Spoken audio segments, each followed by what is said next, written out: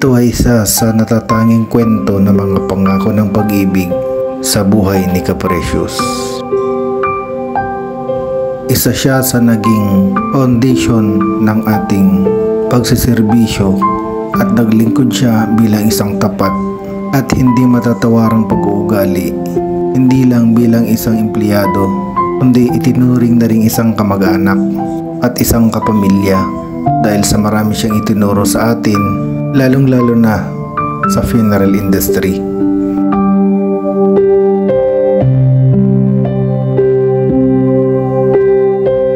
Gustuhin man natin siyang mag-stay, pero kung dumating yung pagkakataon na gaano man kabuti ang isang tao, kung dumating ang panahon na kukunin ka na, ang taong lumikha sa'yo ay wala na tayong magagawa.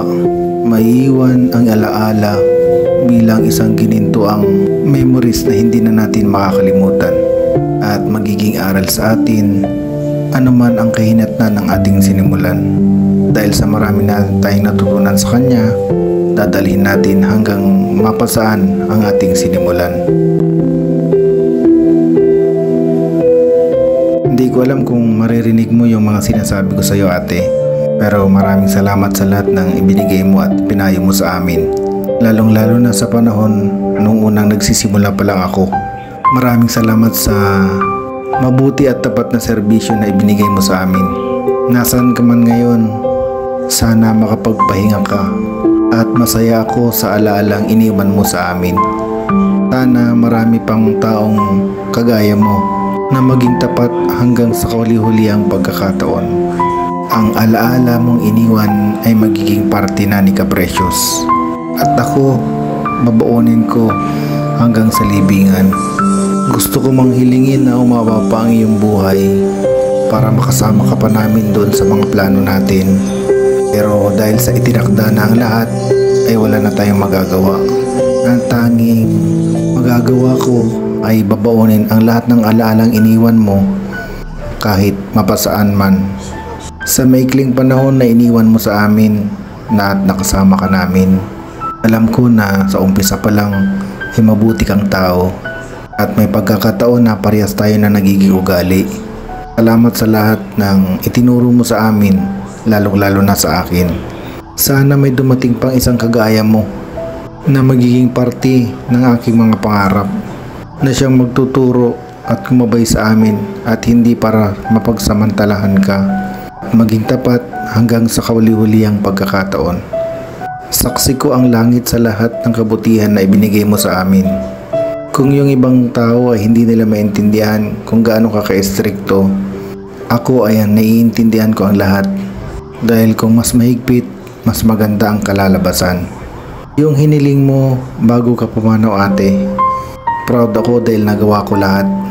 Lalong-lalo na sa kahilingan mo kung anong gusto mo, lalong-lalo na sa iyong himlayan. Ikaw na ang bahala sa lahat. Ang alaala mo ay aming alalahanin hanggang sa kahuli-hulihang pagkakataon.